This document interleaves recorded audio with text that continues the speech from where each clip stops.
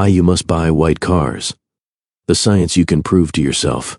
You need the thermometer you use to test for COVID-19. That'll do it, if you don't have that.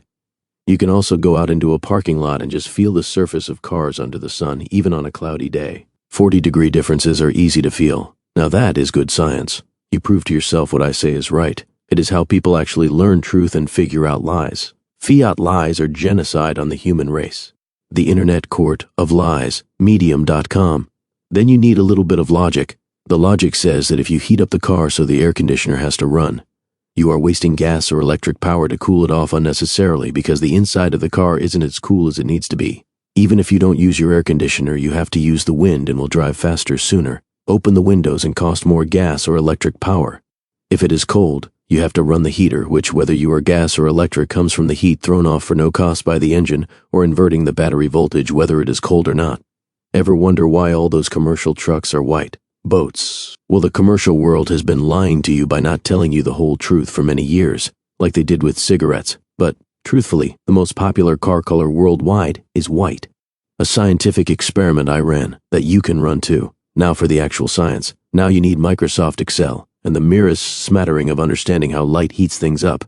You can confirm to yourself how big these numbers get, and why, if your car is not pure white. Simplified Solar Heating Model by Ephraim M. Sparrow, University of Minnesota. He kindly gives us the constants and most everything we need to do the calculations. Here is the formula you need. Calories per hour heating equal to 25. Radiation surface area, 1 reflectance. Surface temperature ambient temp, ERTURE, 1. CONVCTION,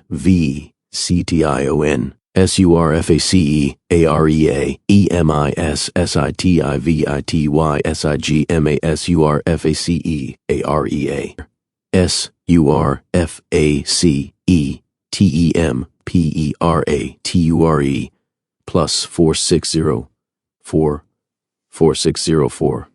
The two main things to see in this formula is there are two ways a surface is heated. By the sun, reflectivity 0 to 1 and emissivity 0 to 1. How much does the surface reflect off photons trying but failing to heat? The surface, and how many photons carry heat away from the surface? Your skin, leaves on trees, the roof of your house, most all living things will have emissivity close to 1 but low reflectivity near 0. They stay fairly cool because of their emissivity, but a dullish white car has great reflectivity and great emissivity. Sand gets hot because the reflected light bounces many times among the sand grains, so ultimately the heat is absorbed, and sand is shiny at the level of grains. You should see a white car, white paint, is over 40 degrees cooler than a dark gray car, or even a light bronze car. A chrome bumper has great reflectivity, but the emissivity is very close to 0, which explains why chrome bumpers and reflective metal surfaces can get things very hot. Sorry, Airstream, you lied. Do the parking lot field test and see for yourself. Or run the experiment. Ephraim's equation is cool. Or, as they say, will really work to keep you cool. The most error was for my 2 cars where I just guessed on the reflectivity and emissivity values. Remember, I am a scientist. For the others, I used published values for reflectivity and emissivity. Not bad for a simplified model, Dr. Sparrow. Clearly, everybody who wants to have cool cars and other cool things in the sun should be happiest with dullish bright white. Any color at all, even beige, will get very hot. How you can test Sparrow's equation. What I did was to take Sparrow's paper and translate his equations and constants into an Excel spreadsheet. It will save you a couple of hours of getting his equations into a form for Excel. The columns in the table above are the AI values here. 8 is the row. Arg equal to D8C8 1 E8 F8 G8 1 J8C8 H8 I8C8 F8 plus 460. Now for a bit more explanation on my part. Most things in the sun do not continue to get hotter and hotter. This is because, 1, they emit heat, those darn little infrared photons, and 2, the air also conducts heat away as well, those darn little atoms vibrating. At some temperature, the rate of heat gained from the sun and the heat loss from radiation and air conduction balance out. That is how hot your car got, out there in the parking lot. The reflectivity of an object is the inverse of its ability to absorb radiant heat. Reflectivity is easy to see. Shiny metals are highly reflective. Shiny aluminum is. 7.1. White paint is pretty reflective. See the table above. It is important to be reflective in the invisible infrared part of the spectrum, but most materials that are reflective and visible are also strongly reflective in infrared. Dark, dull things are not reflective. Reflectivity is easy to see. Emissivity is related to the ability of something to give off heat.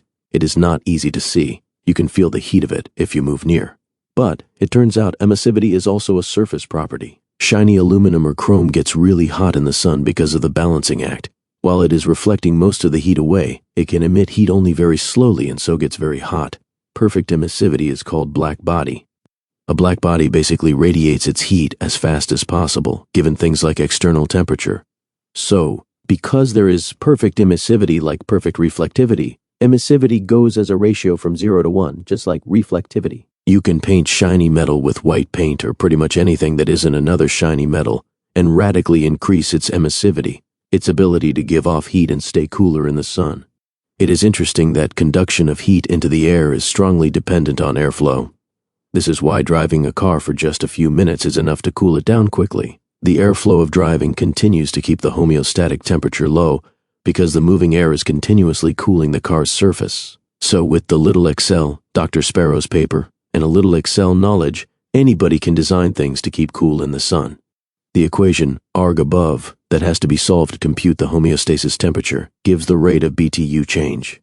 A British thermal unit is the amount of energy needed to raise a cubic foot of water 1 degree Fahrenheit. Below the homeostatic temperature, the object gets hotter. Above it, it gets cooler. So we have to solve Dr. Sparrow's equations for a BTU rate of change of 0 BTUs. That gives us the temperature that the object will reach balance in gaining and losing heat. That's when the temperature of the object, car, your head, or attic, stops changing. So far, so good. Unfortunately, though, Dr. Sparrow's equations requires us to solve for the roots of a fourth-order polynomial. It's not his fault. A little joke from God. And, while there exist closed-form solutions for fourth order, they are pretty horrendous. I spent most of my time on this one figuring out which computer language I was going to code up my own polynomial solver to give away, or trying to find a solver that I knew just about everybody already has for free on their PC. I wanted you to have everything you need to look like an incredible expert, like Dr. Sparrow. It took some real digging to find a really easy solution, and I found, well hidden, that good old Microsoft Excel has a standard add-in called Solver that will do the trick. You have to go to Tools, Add-ins, and add in Solver. It's a free Microsoft add-in. Then when you bring it up, you only need to fill in 3 fields, where the BTU gain-loss equation is, the target cell. The fact that you want this field to be solved for the value of 0, gain or loss, and what variable you want to run free until solved, this is the surface temperature cell you are predicting. You just click Solve and it goes off and solves the fourth-order polynomial and predicts the temperature. And as my little experiment showed, the prediction ain't too bad. So now all you serious architects, design engineers, and even you science project kids can build better stuff and also predict just how hot your car is going to get in the sun, and the shade, in still air, and in the wind, painted and made to shine, etc.